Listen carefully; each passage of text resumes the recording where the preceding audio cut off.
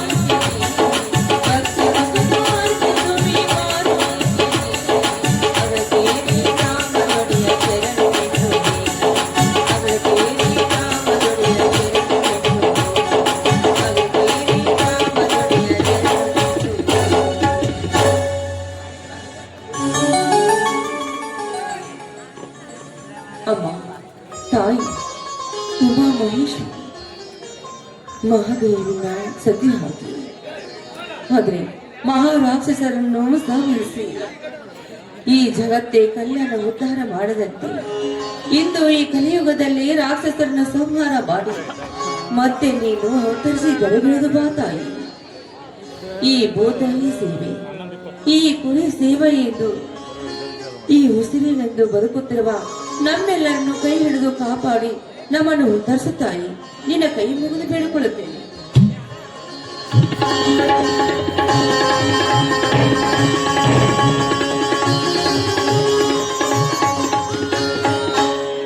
ಮಂಗಳ, ಈ ಮಂಗಳ ಗೌರಿಯ ಪೂಜೆ ಆಯಿತೇನೆ?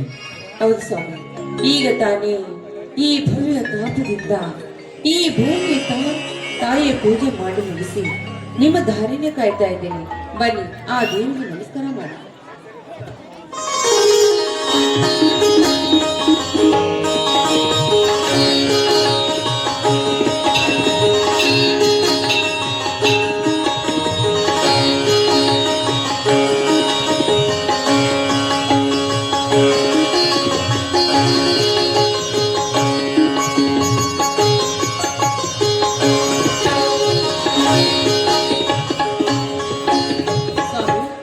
ನನಗೆ 100 ವರ್ಷ ಸುಮಂಗಲಿಯಾಗಿ ಬಾಳೆಂದು ಮೊದಲು ನನಗೆ ಆಶೀರ್ವಾದ ಮಾಡಿ.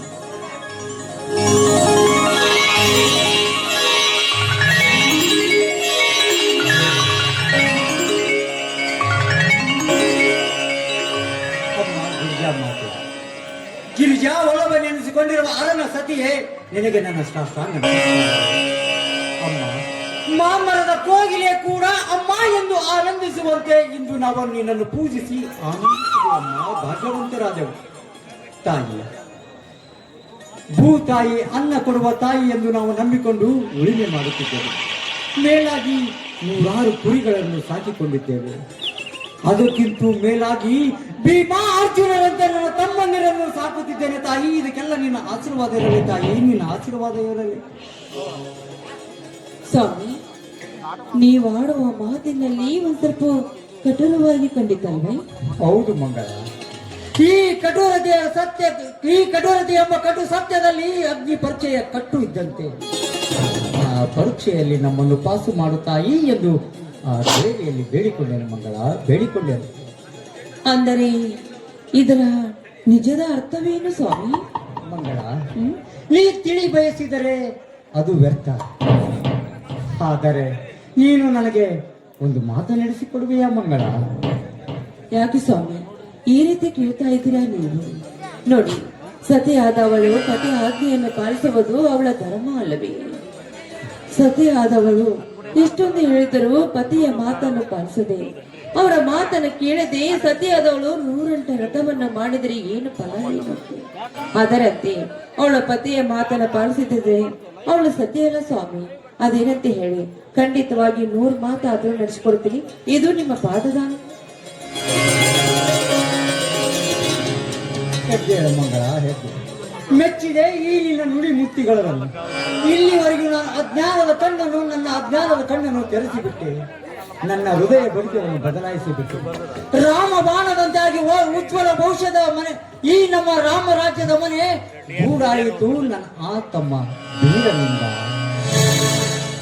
ಏನಾಯ್ತು ಸ್ವಾಮಿ? ಆ ಧೀರ ಎಂದು ಅರ್ಧಕ್ಕೆ ನಿಲ್ಲಿಸಿಬಿಟ್ಟಿದ್ದೀರಲ್ಲ, ಏನಾಯ್ತು? ಏನೂ ಇಲ್ಲ ಮಂಗಳ. ಒಂದು ಸತ್ಯವನ್ನು ನಾನು ಮರಿಮಾಚಿ ಇಲ್ಲಿವರೆಗೂ ಮುಚ್ಚಿಟ್ಟಿದ್ದೆ. ಇಂದು ನಿನಗೆ ಹೇಳುವ ಪ್ರಸಂಗ ಬಂದಿದೆ ಮಂಗಳ. ಮಂಗಳ, ಆ ಬೀರನ ತಾಯಿ ನನ್ನ ತಾಯಿ ಸ್ವಂತ ಅಕ್ಕ ತಂಗಿ ಎಂದು. ಬೀರ ಸಣ್ಣವನಿದ್ದಾಗ ನನ್ನ ಚಿಕ್ಕಮ್ಮ ಯಾವುದೋ ಒಂದು ರೋಗಕ್ಕೆ ಸತ್ತು ಹೋದಳು. ಸಾಯುವ ಮುನ್ನ ಈ ಹಸುಗೂಸು ಎಂಬ ಬೀರನನ್ನು ನನ್ನ ಅಂಗೈಯಲ್ಲಿಟ್ಟು ಸತ್ತು ಹೋದಳು ಮಗಳ, ಸತ್ತು ಹೋದಳು.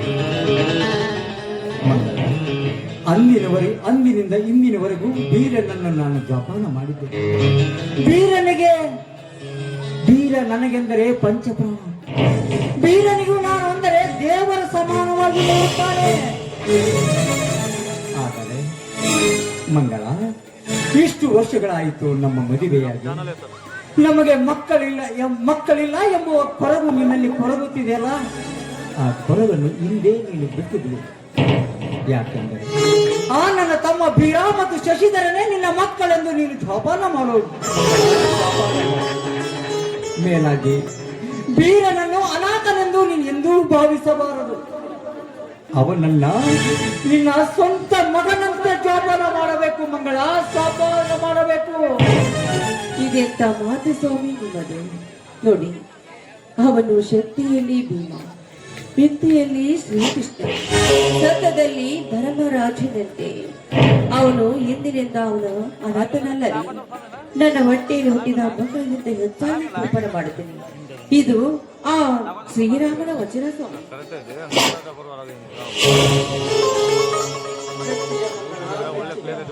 ಈ ನಿನ್ನ ಬುದ್ಧಿ ಶಕ್ತಿಗೆ ನಾನು ಮೆಚ್ಚಿದೆ. ಇದುವರೆಗೆ ಹುಚ್ಚನಾಗಿ ಇದ್ದೆ ನಾನು. ಆದರೆ ಇಂದು ನೀನು ಈ ನುಡಿಗಳ ನಾಡಿ ನನ್ನ ಮನಸ್ಸನ್ನು ತಣಿಸಿದೆ. ಇದೇ ಸಂತೋಷದ ಸಮಯದಲ್ಲಿ ನನ್ನ ಜೊತೆ ನವಿಲಂತೆ ನರ್ತಕೀಯ ನನ್ನ ಬಾರಾಜ, ನನ್ನ ಸವಿ ಮಾತಿಗಾಗಿ ಮೆಲ್ಲನೆ ಸುವಾಸನೆ ಬಿಡುತ್ತ ನನ್ನ ಜೊತೆಗೆ ಆಡುತ್ತಾ ಕುರಿತು ಬಾಣ. ಖಂಡಿತವಾಗಿಯೂ ಮಂಗಲ.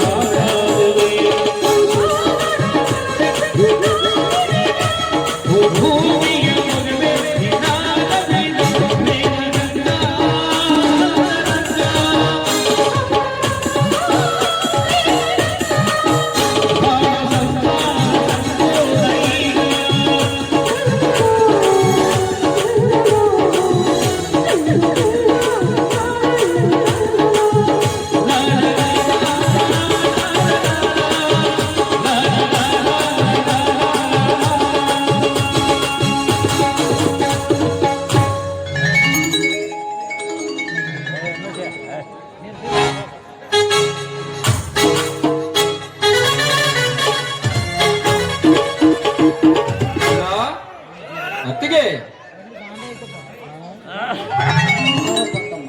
ಬಾ ಇದೀಗ ತಾನೇ ಕುರಿ ಹಟ್ಟಿಯಿಂದ ಈಗ ಬಂದಿಯೇನಪ್ಪ? ಹೌದಣ್ಣ, ಹಟ್ಟಿ ಕಸ ಹೊಡೆದು ಬಾಲಮರಿ ತಾಯಿಗೆ ಮೊಲೆಗೆ ಬಿಟ್ಟು ಅವುಗಳಿಗೆ ತಪ್ಪಲ ಹಾಕಿ ಬರೋದ್ರೊಳಗೆ ಗೊತ್ತಾಯ್ತಣ್ಣ. ನಿನಗಂತೆ ನೀನು ಮೊದಲು ಕೈ ಕಾಲ ಮುಖ ತೊಳೆದುಕೊಂಡು ನಿನಗೆ ಇಷ್ಟವಾದ ಉಪ್ಪಿಟ್ಟು ಮಾಡಿದ್ದೇನೆ. ಉಪ್ಪಿಟ್ಟು ತಿಂದು ಚಹಾ ಕುಡಿಯಂತೆ ಬಾಮಗ. ಚಹಾ ಏನಮ್ಮ ಈ ಬಿರಿಯಾನಿ? ನಿಮ್ಮ ನಿನ್ನ ತಂದೆ ತಾಯಿ ಅಂತಿರುವ ನಿಮ್ಮ ಕೈ ತುತ್ತಿನಿಂದ ಈ ಕೆಚ್ಚದೆ ಬೆಳೆಸಿಕೊಂಡಿರುವ ಈ ಬೀರನಿಗೆ ಈಗಾಗಲೇ ಒಂದು ತಂಬಿಗೆ ಹಾಲು, ಒಂದು ಬೊಗವಣೆ ಜೋಳದ ನುಚ್ಚು ಉಂಡೇ ಬಂದಿದ್ದಾನೆ. ಅತ್ತಿಗೆ, ನಾನಂದ್ರೆ ತಮಗೆ ಇಷ್ಟ ಅಲ್ಲವೇ? ಯಾಕೋ ತಮ್ಮ, ಎಂದು ಕೇಳದ ಮಾತನ್ನು ಹಿಂದಕ್ಕೆ ಈ ರೀತಿ ಮಾತನಾಡ್ತಿರುವೆ ಬೀರ? ಅದೆಲ್ಲವನ್ನು ತಮ್ಮ ಧರ್ಮದ ನುಡಿಯಿಂದ ಕೇಳಿಸಿಕೊಂಡೇನಣ್ಣ. ಓಹೋ, ನಾನು ಈಗ 5 ನಿಮಿಷದ ಹಿಂದೆ ನಿನಗೆ ಹೇಳಿದ ಮಾತನ್ನು ತಮ್ಮ ಕದ್ದು ಕೇಳಿಸಿಕೊಳ್ಳುತ್ತೇ ಇರುತ್ತದೆ. ತಮ್ಮ, ನೀನೆಂದರೆ ನನಗೆ ಪಂಚಪ್ರಾಣವೋ ಪಂಚಪ್ರಾಣ.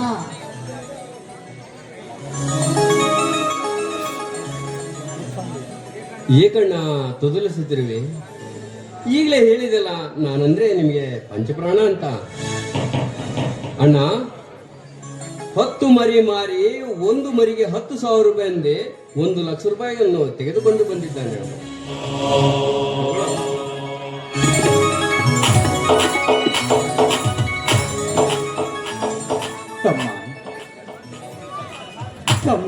ತಮ್ಮ ಎಂತ ಸಾಧನೆ ಸೋದರ ನಿನ್ನದು. ಸೋದರ, ನಿನ್ನ ಈ ದುಡಿಮೆಯನ್ನು ನಾವು ಎಷ್ಟು ಫಲಿಸಿದರೂ ಸಾಲದಯ್ಯ. ನಮ್ಮ ಸಂಸಾರ ನಡೆಯುತ್ತಿರುವುದು ಈ ನಿನ್ನ ಕುರಿ ಮರಿಯಿಂದನೇ ತಾನಪ್ಪ. ತಮ್ಮ, ನಾನೆಷ್ಟೇ ಒದ್ದಾಡಿ ಗುದ್ದಾಡಿ ಬೆಳೆದರೂ ಮಳೆನೂ ಇಲ್ಲ, ಬೆಳೆನೂ ಇಲ್ಲ. ತಮ್ಮ, ಈ ರೈತ ಎಂಬ ಈ ರೈತ ಇಲ್ಲಿವರೆಗೂ ನೀನೇ ತಂದು ತಿಂದು ತೇಗುವ ಬೋಗಿಯಾಗಿದ್ದೇನೆ ಹೊರತು ದುಡಿಮೆ ಇಲ್ಲ. ತಮ್ಮ, ಮಳೆನೂ ಇಲ್ಲ, ಬೆಳೆನೂ ಇಲ್ಲಪ್ಪ.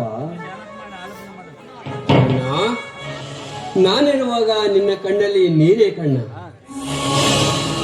ನೇಗಿಲ ಯೋಗಿ ಆದ ನೀನು ಎಂದೂ ಭೋಗಿಯಲ್ಲಣ್ಣ. ಈ ನೇಗಿಲ ಯೋಗಿ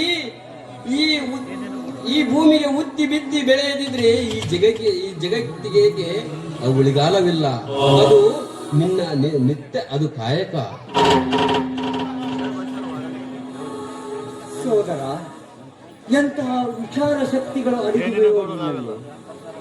ಅಲ್ಲೋ, ಕಾಯಕದ ಅರ್ಥ ನಿನಗೆ ಗೊತ್ತೇನೋ ತಮ್ಮ?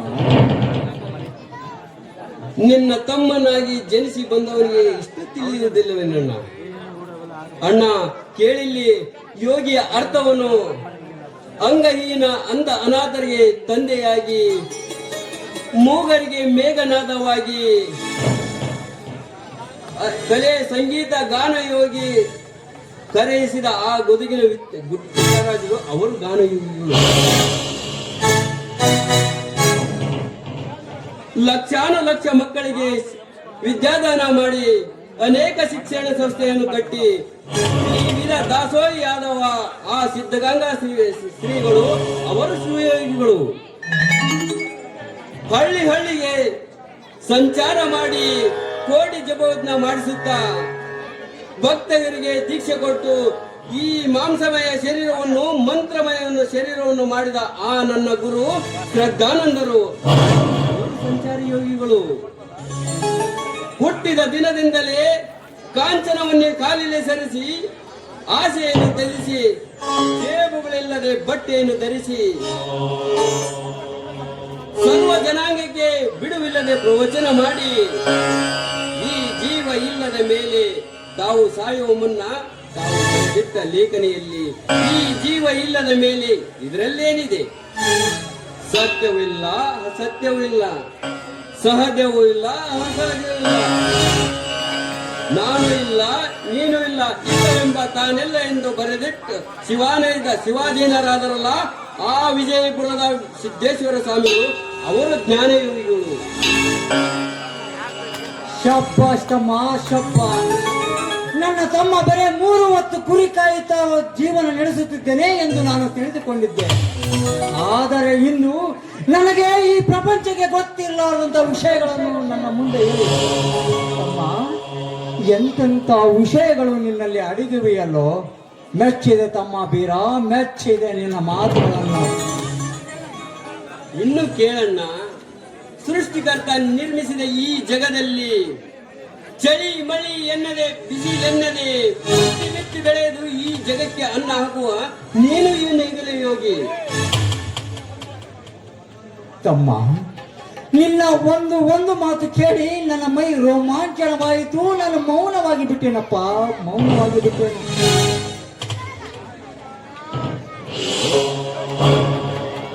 ಅಣ್ಣ, ಅತ್ತಿಗೆ ಇದೇನಿದು ಸಂತೋಷ ಸಂಭ್ರಮ? ಬಾರಪ್ಪ ಶಶಿಧರ, ನಿನ್ನ ವಿದ್ಯಾಭ್ಯಾಸ ಚೆನ್ನಾಗಿ ನಡೆದಿದೆ ತಾನೇ? ಡಿಗ್ರಿ ಅಭ್ಯಾಸನ ಅತ್ತಿಗೆ ಚೆನ್ನಾಗಿದೆ, ಆದರೆ ಹಣಕ್ಕಾಗಿ ಅಣ್ಣನ ಕಡೆಗೆ ಬಂದಿರುವೆ. ಅಣ್ಣ, ಈಗ ತಾನೇ ಮರಿ ಮಾರಿದ ಹಣವಿದೆಯಲ್ಲ, ತಮ್ಮನಿಗೆ ಕೊಟ್ಟು ಬಿಡ ಅಣ್ಣ. ಶಶಿಧರ, ನಿನ್ನ ವಿದ್ಯಾಭ್ಯಾಸಕ್ಕಾಗಿ ಎಷ್ಟು ಹಣ ಬೇಕಾಗಿದೆ? ಒಂದು 1,00,000 ರೂಪಾಯಿ ಬೇಕಾಗಿತ್ತು ಅಣ್ಣ. ಮಳೆ ಬೆಳೆ ಚಳಿ ಎನ್ನದೆ ನನ್ನ ತಮ್ಮ ಇಲ್ಲಿವರೆಗೂ ಮರಿ ಸಾಕಿ ಇಂದು ಕೊಪ್ಪಳ್ಳಿ ಸಂತೆಯಲ್ಲಿ 10 ಮರಿಗಳನ್ನು ಮಾರಿ ಹೀಗೆ ನನ್ನ ಕೈಯಲ್ಲಿ 1,00,000 ರೂಪಾಯಿ ತಂದು ಕೊಟ್ಟಿದ್ದಾರೆ. ನಿನಗೆ ಕೊಡುತ್ತೇನೆ, ಆದರೆ ದುಡ್ಡು ಅಂದ ಮೇಲೆ ಉಚ್ಚುಚ್ಚಕರವಾಗಿ ಎಲ್ಲಿ ಖರ್ಚು ಮಾಡಬಾರದಪ್ಪ. ಇದು ನನ್ನ ಮಾತು. ನಿನ್ನ ಆಜ್ಞೆಯನ್ನು ಮೀರೋದಿಲ್ಲ ಅಣ್ಣ ನಾನು. ಈ ನಮ್ಮ ಸಂಸಾರ ಇದೆಂತ ನೋಡಿದ್ರೆ ಆನಂದ ಸಾಗರವಾಗ್ತಾ ಇದೆ ನೋಡಿ. ಮಂಗಳ, ಈ ನನ್ನ ತಮ್ಮಂದಿರನ್ನು ನೋಡಿದರೆ ಮುಗಿಲಿರುವ ನಕ್ಷತ್ರವನ್ನು ನೋಡಿ ಸಂತೋಷ ಪಟ್ಟಂತಾಗುತ್ತದೆ. ಇದೇ ಸಂತೋಷ ಆನಂದ ಸಾಗರದಲ್ಲಿ ಎಲ್ಲರೂ ಕೂಡಿ ಆಡಿ ನಲಿಯೋಣವೇ.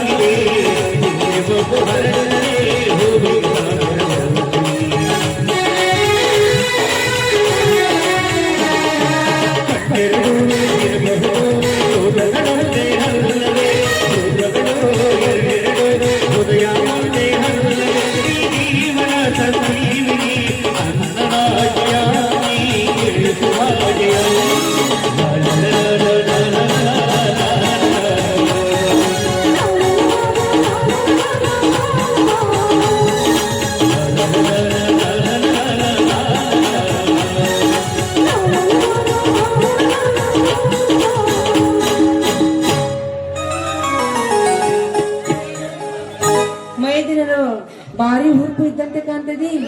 ಬನ್ನಿ, ಪ್ರಸಾದ ಸಿದ್ಧವಾಗಿದೆ, ಎಲ್ಲರೂ ಸೇರಿ ಊಟ ಮಾಡಲಿರ್ತೀವಿ. ನಡೀರಪ್ಪ ತಮ್ಮ, ಎಲ್ಲರೂ ಊಟ ಮಾಡಿಕೊಂಡು ಮುಂದೆ ಮುಂದೆ ನಮ್ಮ ಕೆಲಸವನ್ನು ಮಾಡೋಣ.